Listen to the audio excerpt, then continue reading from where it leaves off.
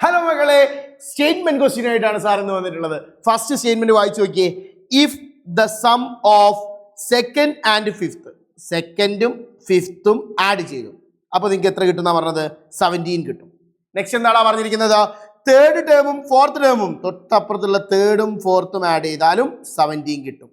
സെക്കൻഡും ഫിഫ്ത്തും ആഡ് ചെയ്താൽ 17, തേർഡും ഫോർത്തും ആഡ് ചെയ്താൽ 17. ശരിയല്ലടാ? സാധനം ശരിയല്ലേ? Yes, it is correct. ആ സ്റ്റേറ്റ്മെന്റ് കറക്റ്റ് ആണ്. നെക്സ്റ്റ് എന്താണ് പറഞ്ഞിരിക്കുന്നത്? അടുത്തതായിട്ട് എന്താ പറഞ്ഞിരിക്കുന്നത്? നെക്സ്റ്റ് നമ്മളോട് പറഞ്ഞിരിക്കുന്നത് in the arithmetic sequence if the sum of two positions is equal, പൊസിഷന്റെ സം ഈക്വൽ ആണെങ്കിൽ, നോക്കണേ, 2ഉം 5ഉം ആഡ് ചെയ്താൽ എത്ര? 7. 3ഉം 4ഉം പൊസിഷന്റെ സം 7 ആണെങ്കിൽ അവിടെയുള്ള ടേമുകൾ ഇവിടെ എന്താ പറഞ്ഞിരിക്കുന്നത്? then the sum of the terms at each pairs are same. അവിടെയുള്ള ആഡ് ചെയ്താൽ നമുക്ക് അതിന്റെ ടേമുകൾ തമ്മിൽ ആഡ് ചെയ്താൽ നമുക്ക് കിട്ടുന്ന ആൻസറും എന്തായിരിക്കും? സെയിം ആയിരിക്കും എന്നാ പറഞ്ഞിരിക്കുന്നത്. ആ സ്റ്റേറ്റ്മെന്റും ശരിയല്ലേ? അതായത് മോളിലുള്ള സ്റ്റേറ്റ്മെന്റിന്റെ റീസൺ ആണ് താഴത്ത് പറഞ്ഞിരിക്കുന്നത്.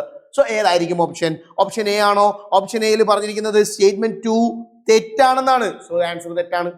അടുത്ത സ്റ്റേറ്റ്മെന്റിൽ പറഞ്ഞിരിക്കുന്നത് ഓപ്ഷൻ ബിയിൽ പറഞ്ഞിരിക്കുന്നത് സ്റ്റേറ്റ്മെന്റ് 1 തെറ്റാണെന്നാണ്. സ്റ്റേറ്റ്മെന്റ് 1 ശരിയാണ്, സ്റ്റേറ്റ്മെന്റ് 2 ശരിയാണ്.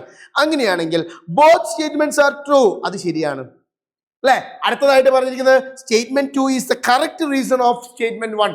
ഒന്നാമത്തെ സ്റ്റേറ്റ്മെന്റിന്റെ കറക്റ്റ് ആയിട്ടുള്ള റീസൺ ആണ് എന്തെന്ന് പറയുന്നത്? സ്റ്റേറ്റ്മെന്റ് 2 എന്ന് പറയുന്നത്. So the answer is option C.